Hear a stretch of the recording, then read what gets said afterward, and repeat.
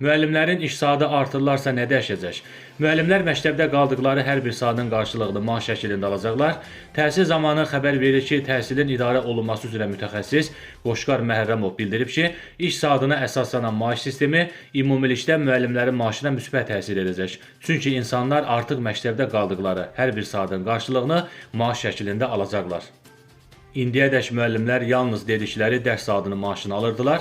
Buna görə də bu müəyyən məbləğlərlə hesablanırdı. Amma indi düşünürəm ki, əgər bir müəllim həftədə 40 saat məktəbdə olarsa və tutaq ki, bunun da hər saatı 30 manat olaraq qiymətləndirilərsə, deməli həmin müəllim 1200 manat maaş alacaq. Bu gün Azərbaycanın mövcud şəraitində 1200 manat əmək haqqı üçün normal məbləğ hesab olunur. Yeni sistem müəllimləri seçim qarşısında qoyacaq.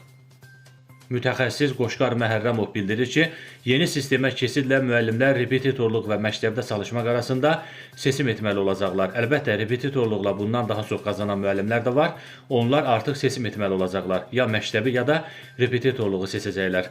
Məktəbə gəlib bir neçə saat dərs deyib, sonra repetitorluğa qaçmaq əlbəttə yaxşı hal deyil.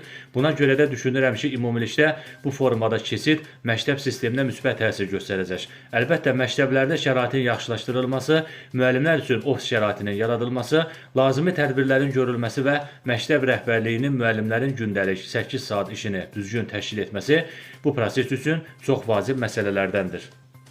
Mütəxəssis həmçinin bildirib ki, digər idarələrdə əmək müqaviləsi ilə çalışan insanlar həftədə 40 saat işləyirlər. Müəllimlər də eyni qaydada 40 saat işləyəcək və bunun qarşılığında maaş alacaqlar. Əlbəttə, 40 saatlıq iş yükü olmayan məktəblər bəlkə də müəllimləri yarımştatla işə götürəcək. O zaman onlar 20 saat işləyəcək və buna uyğun maaş alacaqlar. Mənim hazırki proqnozum bundan ibarətdir.